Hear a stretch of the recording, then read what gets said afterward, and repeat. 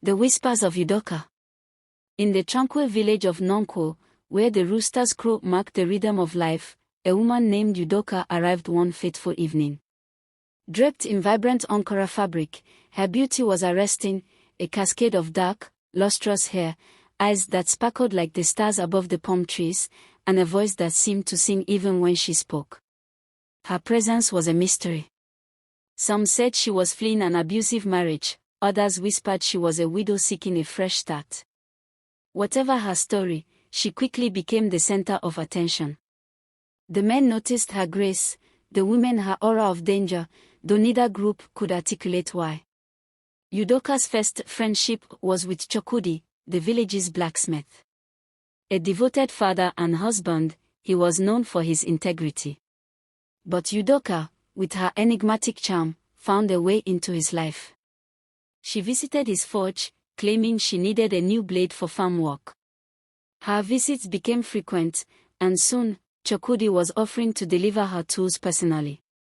His wife, Neka, noticed how he lingered outside longer than usual and began asking questions, but Chokudi dismissed her concerns. Next was Ikin, the chief's son, a man known for his youthful exuberance but also his commitment to his young wife, Amora. Udoka had a way of drawing him in during the evenings when the village gathered for moonlight tales. She laughed at his jokes, complimented his singing, and subtly touched his arm as she spoke. It wasn't long before Ikin found excuses to visit her compound, often bringing gifts under the guise of charity. As time went on, more men fell into Udoka's orbit. Motsi Okafor, the village elder who had been married for 30 years, Akena, the hunter who prided himself on his fidelity.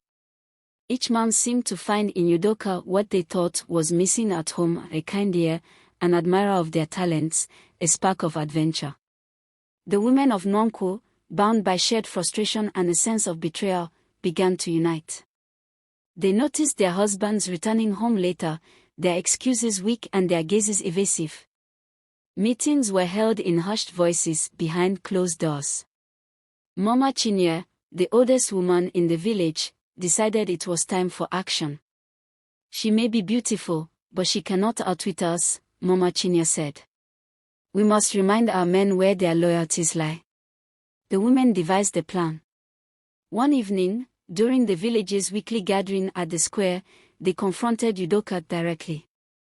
Neka, holding a wooden spoon as though it were a weapon, spoke first. "Udoka, you have brought chaos to our homes. Our husbands, once honorable men, now act like boys chasing shadows. What do you want from us?"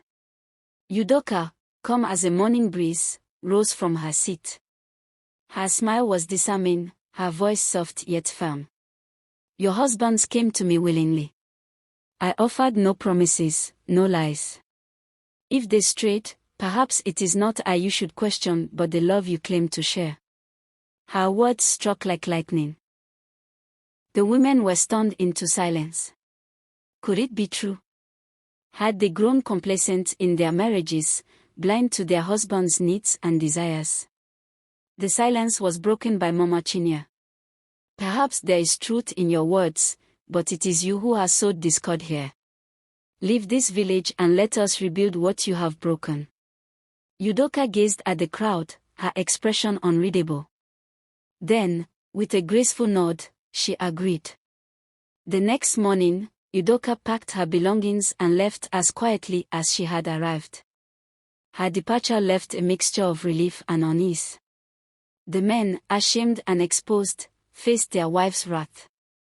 The women, though hurt, began to reflect on how to heal their marriages and their community. Udoka was never seen again in Nonko, but her brief presence left an indelible mark.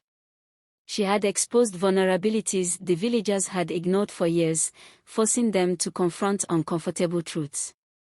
As for Udoka, her reasons for coming and going remained a mystery, but some whispered she was not just a woman, but a spirit sent to test the strength of their bonds and teach them lessons in love, loyalty, and forgiveness.